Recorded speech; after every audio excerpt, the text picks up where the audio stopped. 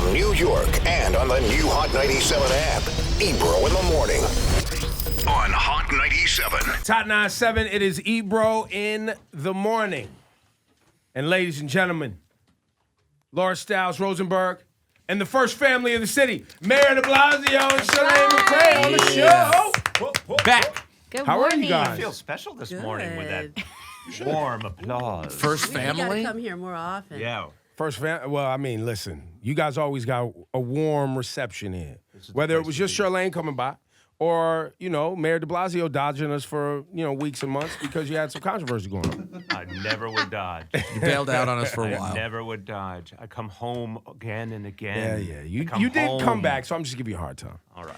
Let's get right into it. You came this morning because you wanted to ask the listeners something. Yeah. It says here in the notes you want to call the legislators about congestion pricing and get active on this. Fix the subways. Look at this. How's that for a message? Fix the subway. This is what we need people to focus on right now. So April 1st, Monday, is going to be the decisive moment for the future of our subways.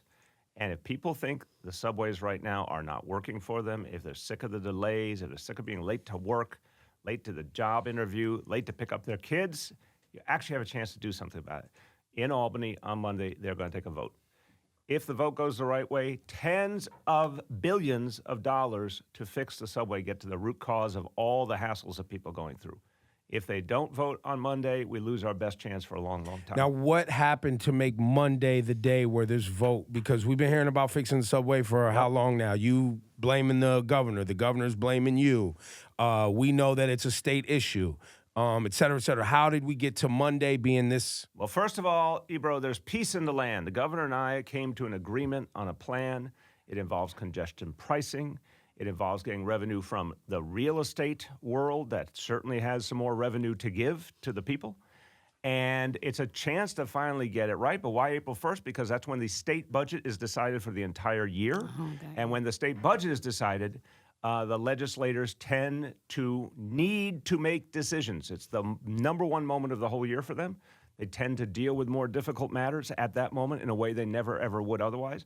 But here's the missing link. We need the public's voice to be really intense here. So I am saying to all of your listeners and anyone watching on the video, this simple thing everyone could do, text the word delay, D-E-L-A-Y, to 52886. Again, text the word delay to 52886. If you need more information, go on the Riders Alliance website, ridersny.org, ridersny.org. This is the #1 advocacy group fighting for strap hangers. And we're working with them because we want the legislators to feel the voice of people. Now, people want this fixed. Can you break down exactly what congestion pricing is going to mean? Absolutely. So congestion pricing, and I want to start by saying, full disclosure, I am someone who for a long time as a Brooklynite, I said, wait a minute, I'm not comfortable with the congestion pricing idea the way it was. But the idea has changed fundamentally. Now congestion pricing means if you go into Manhattan below 61st Street with a car, you pay an additional fee to do that. You do not pay to go over the Brooklyn Bridge, for example. That continues to be free. How much would that toll be to go, if you're coming down the Henry Hudson, down the West Side Highway, and you go past 61st Street? Right. There'll be like an easy pass. What we're working out now and has not been fully determined is the Henry Hudson side equation. I'll give you the FDR because that has been determined. Okay. If you're on the FDR and you're not going into Manhattan below 61st, you're just driving on by, no additional charge. If you come through, for example, the Battery Tunnel, they will discount whatever you pay in that toll from whatever else you would have to pay to go into the Central Business District. But the point is to tell people, look, we're discouraging people from bringing their cars into a place that's already ridiculously congested. But if you're going to do it, you're going to have to pay something extra. That money will go to the subways, to fix the subways. So how much would that be for someone who's commuting from up north, coming down the FDR to go to, and they want to go to Midtown? How much are they paying? That is to be determined. It will be a substantial, but still livable amount. Some people are saying that. I think because that's what the Holland Tunnel is. The Holland Tunnel is 15. Is that? It is being discussed. It hasn't been determined the final number. But I'll tell you this. It's going to allow this plan, again, tens of billions to fix the subway. It's the first time we would ever have a reliable funding source for the subway. The subway is the heart and soul in New York City, right? 6 million riders a day. Talk about the majority of all of us who depend on the subway. We got to get it right. So this is why I really need people to weigh in. This vote is Monday. We need to get it right. And the congestion pricing, I think it will be made fair. There's going to be a lockbox to keep the money in. The money is dedicated to the city, and the subways will be dedicated to them. There'll be money for outer borough transit deserts. There's a lot of parts of outer borough need a lot more mass transit. There'll be money to fund that. There's a lot in this plan that I think will help us address things that went missed for years and years. Don't you think? I'm sorry, Laura. I was just say one more thing about that specifically, because I see Shawnee over there groaning, because Shawnee is someone who, God knows, being a producer at Hot 97 doesn't make enough money, but who does drive in Manhattan from uptown to downtown. So there are people who are driving from uptown to downtown in Manhattan who are not that well to do. At least twice a day. Now, is there any? And the trains don't start early. Well, somebody like Shawnee. The trains are so difficult so early. Is there any world in which, if you're a resident, you know what I'm saying, who needs to be around here, that you're not paying that toll every day and you're discouraging people who are coming from 40 miles north? Or like at a certain time, you know what I mean? When it's super busy. Because like someone like Shawnee or me, I used to have to drive into the city because I'm not taking the train at 4:30 in the morning because I don't feel safe. Yep, I respect that. And so look, one, they're going to talk about, the legislators have to make the final decision on how this is going to go. They're going to talk about some valid exceptions, but we have to be careful. There can't be so many valid exceptions that then we lose the whole concept of the plan, which is to discourage use of cars and, most importantly, to fund the subways. We got to get it right. Now let me just bring in something that is about our survival. Global warming, we all know it. It's literally killing us. There's another piece to this equation. If we don't fix mass transit and make it really, really easy for people to use mass transit and get out of their cars, we are screwed. Let's be clear. So there's a bigger play here. Right. A lot of New Yorkers are not going to the subway because it's so unreliable. But if it was actually fixed and made modern, I agree with you, there's some exceptions for sure. But in the core of it, if New Yorkers knew they could really use mass transit and really rely on it, you'd have a huge number of people out of their cars. And that's also crucial for the environment. We got to do that all over the world. And how long are we going to go without getting another fare hike if we do this? Because my hope is that at least if you're charging the people driving, we're not going to see another fare hike on the subways. I think if this plan passes, the only fare hikes will be to adjust for inflation, not anything bigger than that. So I think the best defense for strap hangers and people having trouble making ends meet is actually to pass this plan so the subways are paid for in a bigger way rather than just always having to turn to the strap hangers. Now, getting this done means vote on Monday, and then what happens? Let's say this passes. Yep. How fast does the work begin? It begins immediately. It's going to take until the end of next year to set up all of the infrastructure so congestion pricing can happen. Okay, so that's 12 months. Yeah, well, no more. 12 I think months. It's the end of next year. So End of it's next going to year. be really, I think you'll start to see it in action end of 2020, beginning of 2021. But there's other pieces to this plan that will start funding the subway more quickly, including those additional taxes on the real estate industry, which I think make a lot of sense. So this is some right now money. Also, it's going to allow the subway system to finally know where their money's coming from so they can make the big plans. This is a 100-year-old subway system. There's things that should have been done ages ago. Yeah. Now they're going to have the money to actually do the things to fix it from the beginning. But I want to remind people, let your state assembly member, your state senator know you feel urgency, you want to see this plan passed. And again, you can text the word delay to 52886. That will connect you automatically to the people who represent you in Albany. You can let them know what you feel. Now, we have your wife here, the First Lady, Miss McCray. How are you, Chirlane? Doing well. You recently, they put you on the hot seat. Yes, they did. $250 million a year initiative has supposedly only helped under 1,000 people. We launched it here on this show.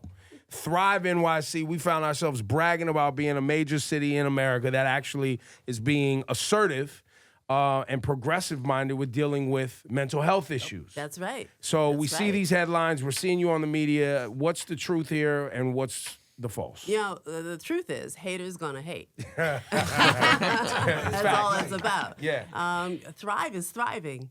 We've reached more than 775,000 people with direct services. We've received 500,000 calls, texts, chats to NYC Well. You know our number that anyone can call and get help from a trained counselor. What is that number, Chirlane? That number is 1-888-NYC Well. It's free. People can call and get somebody to speak their language and make an appointment, get a follow-up call.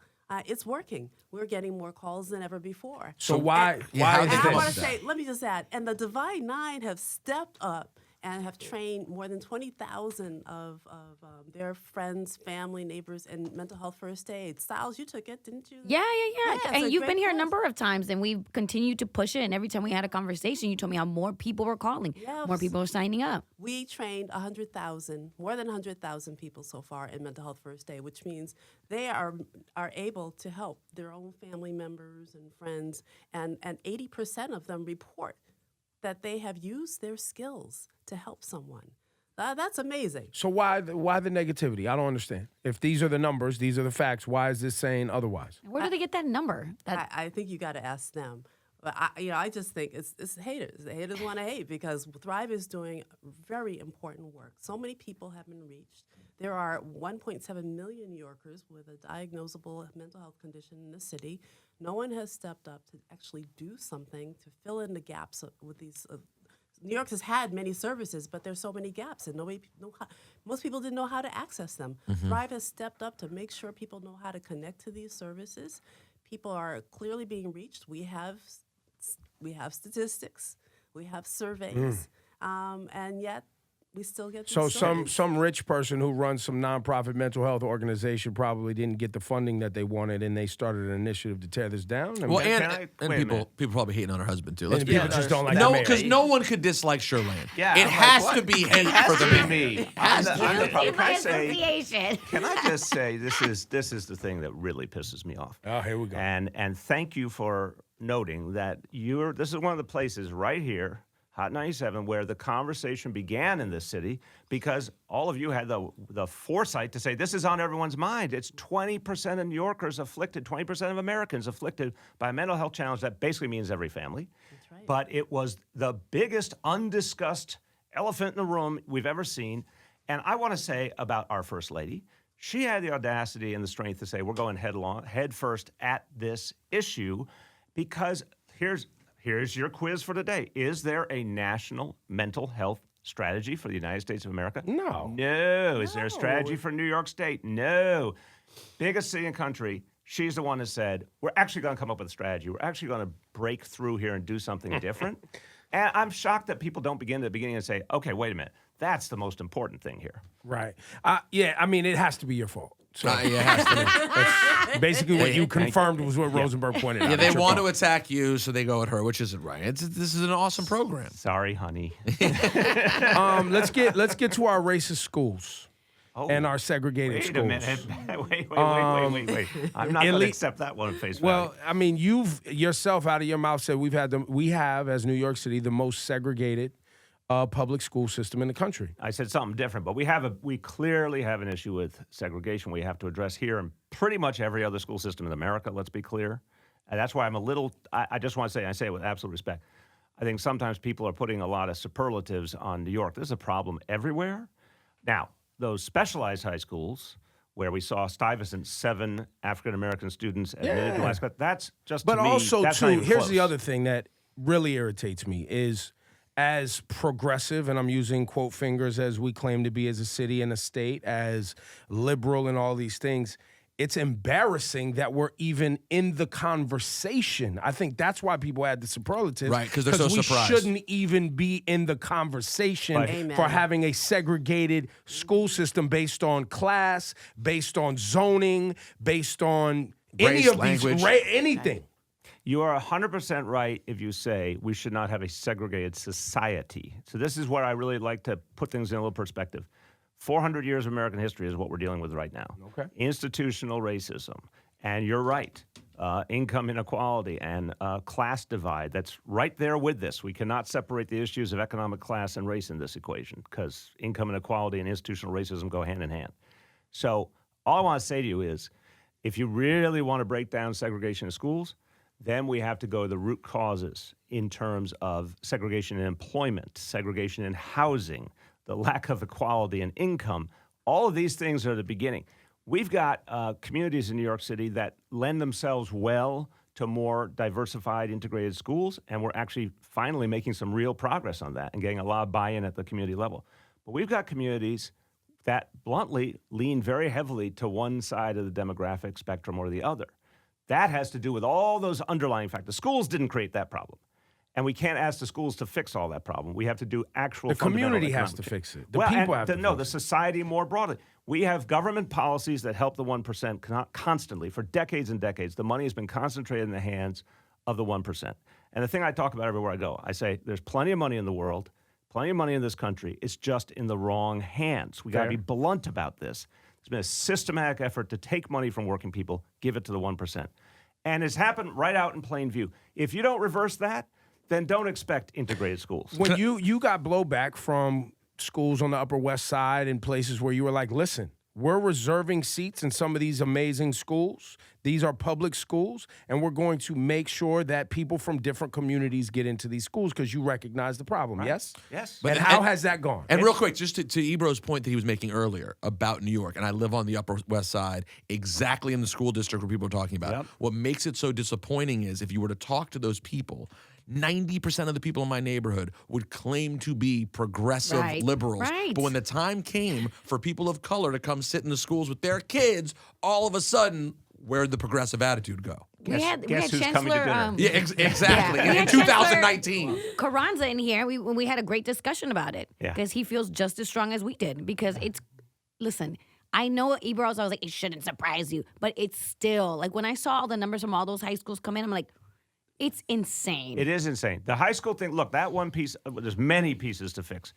That piece is crazy because it just screams, broken system, right? And that's something that has to be, can be fixed. But on this West Side example, it's very powerful. And this is why I'm hopeful. That was about people. That was about grassroots people who said, we're going to fight this battle. We want our classrooms to be diverse. We want to bring kids from different parts of the community in. And the fact that it had a real constituency in the community helped us to get it done. And you're right. A lot of people are like, oh, wait a minute. What is this going to do to my child? A very valid concern, by the way. We said, look, we're going to create something that works for everyone. Every child will benefit from being around the experience of the other child. But we can also show you that this is going to be a quality education for everyone. That's a healthy conversation. So I actually think what's happening here will ultimately lead us to a good place.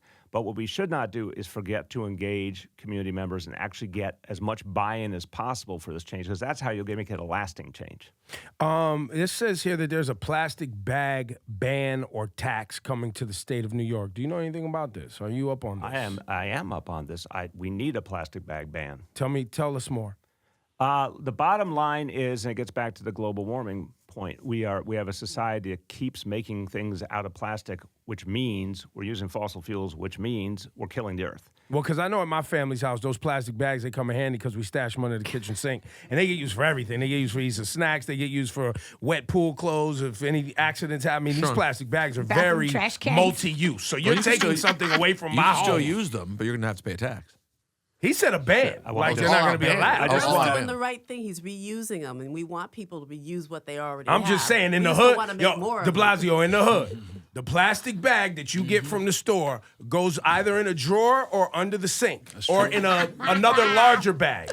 And these bags are leftovers after a party's the bag, right? I mean, your trash can liner, these bags. I'm just letting you know. Elaine, I think there's a mental health condition, obsession with plastic bags. I think Ebro is suffering. Listen, man. All right, so how's it going to work? Ebro, if you call this number, we can work with you on this plastic bag issue. Listen, first of all, we do the exact same thing in our household. I went to Washington, D.C. the other day, and I was grabbing for the plastic bags to put stuff in before I put in. Look, we do it all the time. And with kids, I hear you. But let's get to the essential point here. The plastic straws, the plastic bags, the styrofoam, which we are now banning, thank God, and we fought hard in the city. I was one of the people who started that movement to stop the use of styrofoam, also made I'm for that. from fossil fuel. Right. We've got to kick the habit. Because what we're doing here is basically speeding up our own destruction. So what we need to give people, and I believe in this, is reusable bags. I would think subsidizing that for folks who need it is a much better play than constantly producing more and more fossil fuel-based plastic and then burying it in the ground. It doesn't biodegrade. It's just there forever. So we're on this cycle we've got to break out of. And there's a lot of energy. Also, the oceans are being, That's right. filled with plastic. It's killing the marine life. And this is when you start to destroy the ecology of the earth. So I'll say something to just unite us with history. If Marvin Gaye were here, Yeah, he would say. he would say no Mercy, more mercy plastic me. bags. Yes, he would say mercy, Yeah, mercy me single. too. But Well, and then he would you say know, sexual healing, and then that's a different but plastic bag for a before- different conversation. before- No. Different plastic before bag. ecology. Yeah. Yeah. Mercy, He was mercy one of me. the trailblazers in the right. cultural community in talking about environmentalism. And so the point is, that was 1970.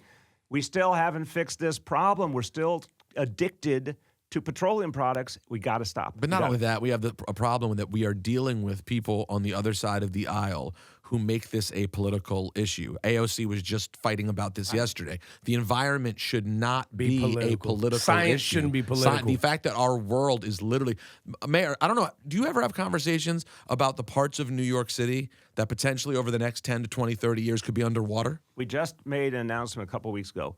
Lower Manhattan, hundreds of thousands of people work or live there. 1/10 of all our jobs are there. 75% of our subway lines are there. If we don't act soon, by the end of this century, it will be underwater a lot of the time. That is a fact. We're going to build up a barrier. We're going to extend the land out into the river to protect Lower Manhattan. That's happening? We're going to do that. That's what we announced a few weeks I ago. heard about that, but I was like, yo, what movie is this? No, it has to happen. But I mean, we have to get real about the fact that that's how bad it is. That right now, if we continue on this course, not only New York City, Miami, all sorts of cities, New Orleans, all sorts of places in this country are threatened. Again, there's no national plan to stop that. We have to do it ourselves for now. Because no one cares about their grandchildren. They only care about themselves right now. Well, and their bank account. And their bank account. No one worries about what's going to happen to the earth. Green New Deal, people. Green New Deal. Oh, no, it's the craziest thing that's ever been Before said. we lose you, Amazon, the deal went belly up. Chirlane, I'd like you to speak to this. Well, I mean, I saw you and Cuomo come together. There was Yes. you guys came together. There was tax breaks given, but there was also tax money going to be made. There was jobs. There was a school going to get Yes. built. A neighborhood was going to benefit. Local businesses were going to Public benefit. housing, biggest public housing development in North America, a few blocks away. They And were then gonna benefit. there was several people you guys did not invite to the meeting, and they were pissed, and they turned this thing upside down. And then Amazon said, you know what? Not doing it. Where are we at today? Look, Amazon. Let's be very clear. Talk about the 1% here. I mean, Amazon is one of the biggest, most powerful companies in the world, and they acted like it. We had a deal. We made a deal out in the open. They announced it with us, and then they just took their ball and went home. They confirmed everyone's worst fears about them, and this is the whole problem. Here's what I think we should do going forward. We need a national law banning this subsidy fight, city versus city, state versus state. I don't even know what that means. Say It means right now that, Amazon announced their competition. They did it that way. Other companies have done it other ways. But basically, they try and set one locality against another. it. Okay, I remember Bid that. for us. Yeah. Give us the tax breaks, whatever. And look, if you're running someplace and someone's got 25,000 jobs and billions of dollars of tax revenue to offer, you're not going to look away from that. You're not going to say, oh, see ya. You're going to try and win it for your people. But it creates effectively a trap for everyone. I think we should pass national legislation that says, here are the limits on anything that can be offered a company in these bidding wars between cities and states, because it's a trap that we have to stop. And the only way to stop it is with a national why policy. did they leave? Why did they bounce on the deal? What was You the- have got to ask them, because it makes no sense in the world to me. If you had announced something, and this is what they said they want talent, this is where the most talent on earth is right now, technology and otherwise. So you tell me, you announced something, you got a great location, tons of talent, and then because a few people complained? I mean, did they think people weren't going to complain in New York City? I would fire the research department if they thought that people in New York City were going to be I've been telling you this for years, and I'm Yeah. going to tell it to you again.